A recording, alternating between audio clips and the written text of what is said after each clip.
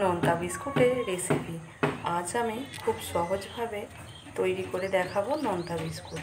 তো কতটা সুন্দর হয়েছে দেখুন বিস্কুটগুলো, দেখতে যতটা সুন্দর খেতেও কিন্তু অসম্ভব সুন্দর। আর এই বিস্কুটগুলো একবার বানিয়ে অনেক দিন পর্যন্ত রেখে রেখে খেতে পারবেন। আর এই বিস্কুটগুলো বাচ্চাদের তো খুবই ভালো লাগবে এবং বড়দেরও খুবই ভালো লাগবে। 1 কাপ চায়ের সাথে এই বিস্কুটগুলো পুরো জমে যাবে। তো এইভাবে একবার বানিয়ে দেখুন, খেতে কিন্তু অসাধারণ হয়। সম্পূর্ণ ভিডিওটা দেখতে থাকুন, আশা করছি আপনাদের খুবই ভালো লাগবে। নোনতা বিস্কুটটা তৈরি করার জন্য প্রথমে দেখুন আমি হাফ গ্লাস মতো উষ্ণ গরম জল নিয়ে নেব। এইবারে এই উষ্ণ গরম জলটায় আমি দেখুন 1 চামচের একটু কম আমি ইস্ট দিয়ে দিলাম। তো ইস্টটা আমি গরম জলের সাথে ভালো করে মিশিয়ে নেব। দেখুন ইস্টটা ভালো করে মিশিয়ে নিলাম। তো এইবারে আমি এটা এক সাইডে রেখে দেব।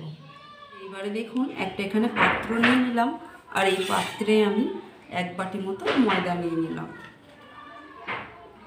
দেখুন আমি পরিমাণ মতো বিট লবণ দিয়ে দিলাম। এইবারে দেখুন আমি হাফ চামচ মতো বেকিং পাউডার দিয়ে দিলাম। অল্প সামান্য করে বেকিং সোডা দিয়ে দেব, খুব বেশি নয় কিন্তু, আমি 1 চিমটি দিয়েছি। এইবারে সব ভালো করে উপকরণগুলোকে মিশিয়ে নেব। এবারে 4 চামচ মতো সাদা তেল দিয়ে দেব। ভালো করে আমি ময়ামটা দিয়ে নেব। তো একটু ঘষে ঘষে ভালো করে সময় নিয়ে ময়ামটা ভালো করে দিতে হবে, তবেই বিস্কুটগুলো খুব সুন্দর হবে। এখানে দেখুন খুব সুন্দরভাবে আমি ময়ামটা দিয়ে নিলাম। তো এইবারে আমি যে জলে ইস্টটা গুলে রেখেছিলাম গরম জলে, এই ইস্টের জলটা দিয়ে আমি মেখে নেব। তো দেখুন অল্প অল্প করে দেব আর মাখবো, যতটা পরিমাণে লাগবে দেব।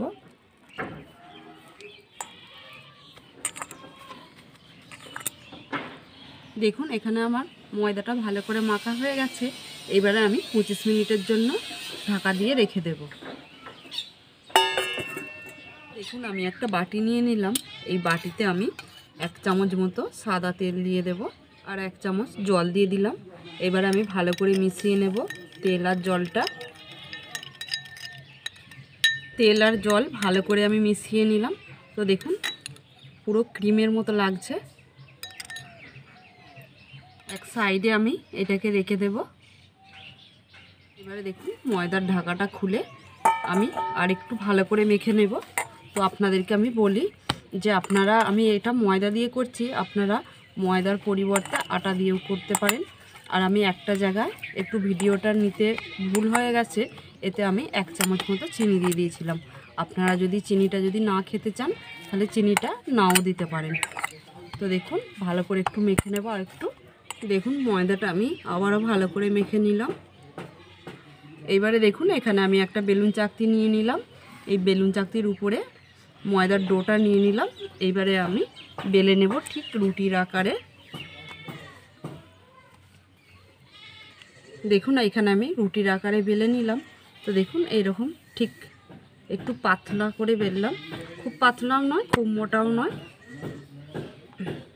নোনতা বিস্কুটে দেখবেন কালো জিরে দেওয়া থাকে, তো আমি একটু কালো জিরে ছড়িয়ে দিলাম। আবারও একবার আমি উপর থেকে বেলে নেব। কালো জিরেটা দিয়েছি তো একটু বেলে নেব। এবারে দেখুন এইটার সাহায্যে আমি গোল গোল করে কেটে নেব। তো নোনতা বিস্কুট চৌকোও হয়, আমি কিন্তু ছুরি দিয়েও কাটতে পারতাম। তো আমার কাছে এই মাটির ভাঁড়টা আছে, ভাবলাম এই মাটির ভাঁড়টা দিয়ে গোল গোল করে কাটি। তো দেখুন এইভাবে আমি গোল গোল করে কেটে নেব।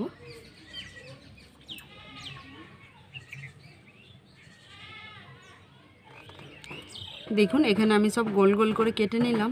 তো একটু ধারওয়ালা কাটার পাত্র হলে ভালো হতো, তো যা করে হয়েছে।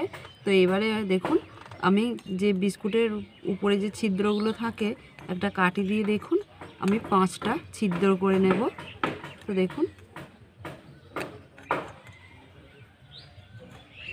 এইভাবে আমি প্রত্যেকটা বিস্কুটে ছিদ্রগুলো করে নেব। তো দেখুন এখানে আমার সব বিস্কুটে ছিদ্র করা হয়ে গেছে।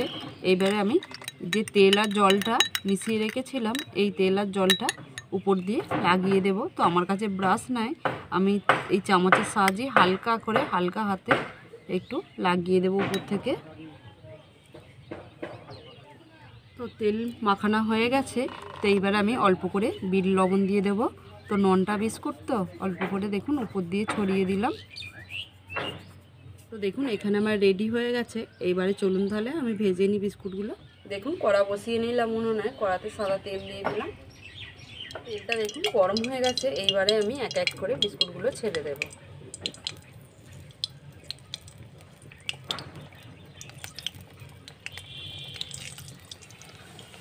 দেখুন খুব আস্তে আস্তে জ্বালানি দিয়ে ভাজতে হবে বিস্কুটগুলোকে।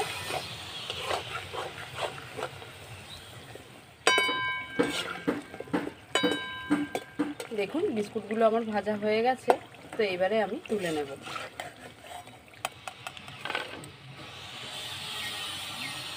বাকিগুলো আমি একইভাবে ভেজে নেব।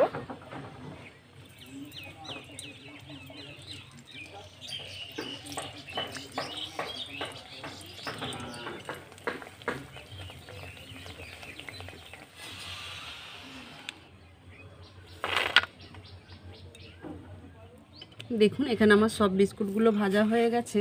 তো এইবারে আমি একটু থাম্বনেল নেওয়ার জন্য একটু সাজিয়ে নেব। দেখুন